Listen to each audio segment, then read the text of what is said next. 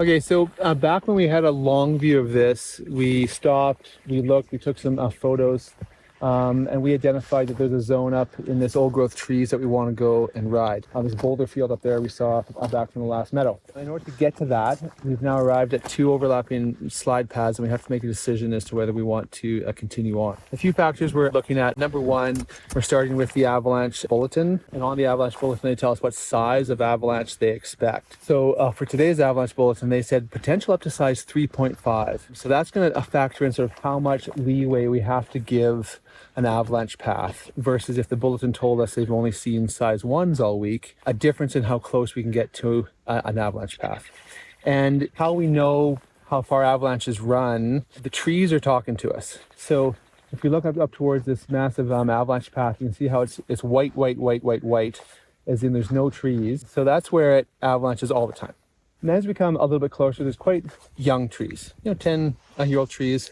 And as we get up there, I'll bet you a large sum of money that those will all have flagging on them. Flagging being, this tree right here has flagging where all the uphill branches have been stripped away.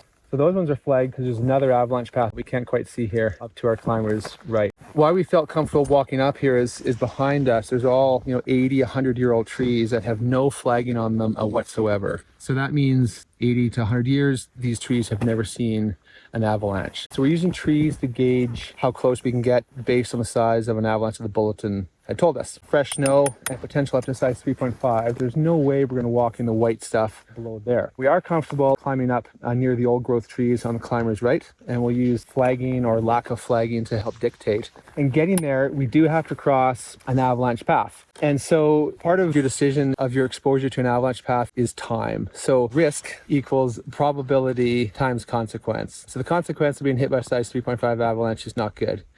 The probability of that happening, if we were to say spend an hour climbing up that thing, stop, transition, take our skins off, exposed for an hour, that's a very high probability. We're about to zip across an avalanche path where it's going to take us about 30, 45 seconds. So I feel that's a reasonable risk just with the reduced exposure time. And as splitboarders, we're also thinking about if we're coming back this way, I want to set an up track across this avalanche path such that we can use that to glide home.